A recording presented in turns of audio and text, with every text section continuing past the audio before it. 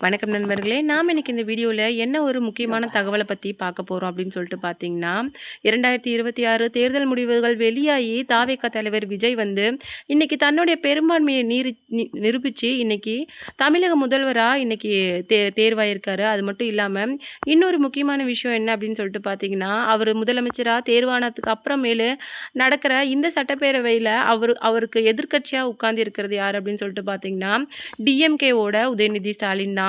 அவரும் வந்து அவங்க 2 பேருமே ரொம்பவும் எம்பாரசிங் மொமெண்ட்டா அது இருந்திருந்தாலுமே, தாவேகா தலைவர் விஜய் வந்து அவ்வளவா உதயநிதிய ஃபேஸ் பண்ணல. அது மட்டும் இல்லாம ஸ்டார்ட்டிங்ல இருந்தே உதயநிதியும் தாவேகா தலைவர் விஜய ஃபேஸ் பண்ணல. அது மட்டும் இல்லாம ஸ்டார்ட்டிங்ல முதலமைச்சர் வந்து பதவி பிரமாணம் ஏற்கும்போது அவருடைய ரியாக்ஷன், அதாவது எதிர்க்கட்சி தலைவரான உதயநிதி ஸ்டாலினோட ரியாக்ஷன் தான் இன்னைக்கு சமூக வலைதளங்கள்ல மிகவும் ஒரு பேசுபொருளா போயிட்டு இருக்கு.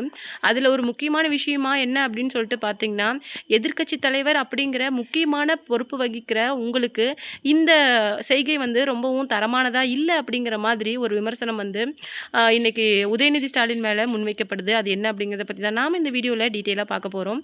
வீடியோக்குள்ள போறதுக்கு முன்னாடி நீங்க நம்ம சேனலுக்கு புதியவரா இருந்தா மறக்காம சிபி ட்ரெண்டிங்க ஃபாலோ பண்ணி சப்போர்ட் பண்ணிக்கோங்க. வாங்க வீடியோக்குள்ள போகலாம். உதயநிதி ஸ்டாலின் வந்து தாவேகா தலைவர் விஜய் வந்து முதலமைச்சராக வந்து பதவி பிரமாணம் எடுக்கும்போது அவரை வந்து ஃபேஸ் பண்ணாமல் இடது பக்கம் தன்னுடைய இடது பக்கம் திரும்பி இருக்கிறதா சொல்லப்படுது. அது மட்டும் கிடையாது, எல்லாருமே வந்து முதலமைச்சர்கிட்ட வணக்கம் தெரிவிச்சுட்டு அவங்களுடைய பதவி பிரமாணத்தை ஏற்றுக்கிட்டாங்க. அது மட்டும் கிடையாது, தாவேகாவை சேர்ந்த எம்எல்ஏக்கள் மட்டும் அல்லாமல் அதிமுக டிஎம்கேவை சேர்ந்த எம்எல்ஏக்களுமே அவருக்கு முதலமைச்சர் அப்படிங்கிற விதத்தில் மரியாதையை தெரிவித்தாங்க. ஆனால் வந்து உதயநிதி ஸ்டாலின் வந்து பதவி பிரமாணம் ஏற்றுக்க வரும்போது அப்போவுமே அவர் வந்து விஜயை ஃபேஸ் பண்ணல. அது மட்டும் இல்லாம அவர் பதவி பிரமாணம் ஏத்துக்கிற வரைக்குமே ஒரு நல்ல புன்னகையோட தான் தாவேகா தலைவர் விஜய் வந்து உதயநிதி ஸ்டாலினை ஃபேஸ் பண்ணினாரு.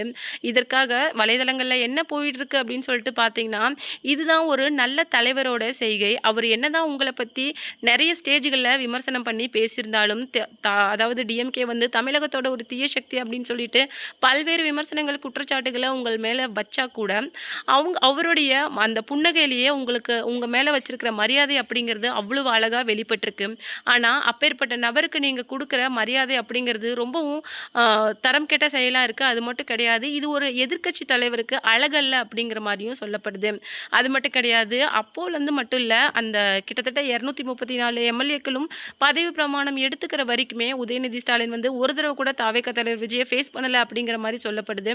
இன்னமும் தன்னுடைய பண்புகளை அவர் வளர்த்துக்க வேண்டியது இருக்கு அப்படிங்கிற மாதிரி இன்னைக்கு உதயநிதி ஸ்டாலின் மேல நிறைய விமர்சனங்கள் வைக்கப்படுது. இதை பத்தி நீங்க என்ன நினைக்கிறீங்க அப்படிங்கிற உங்களுடைய கருத்துக்களை மறக்காம நம்ம கமெண்ட் பாக்ஸ்ல கொடுத்துருங்க.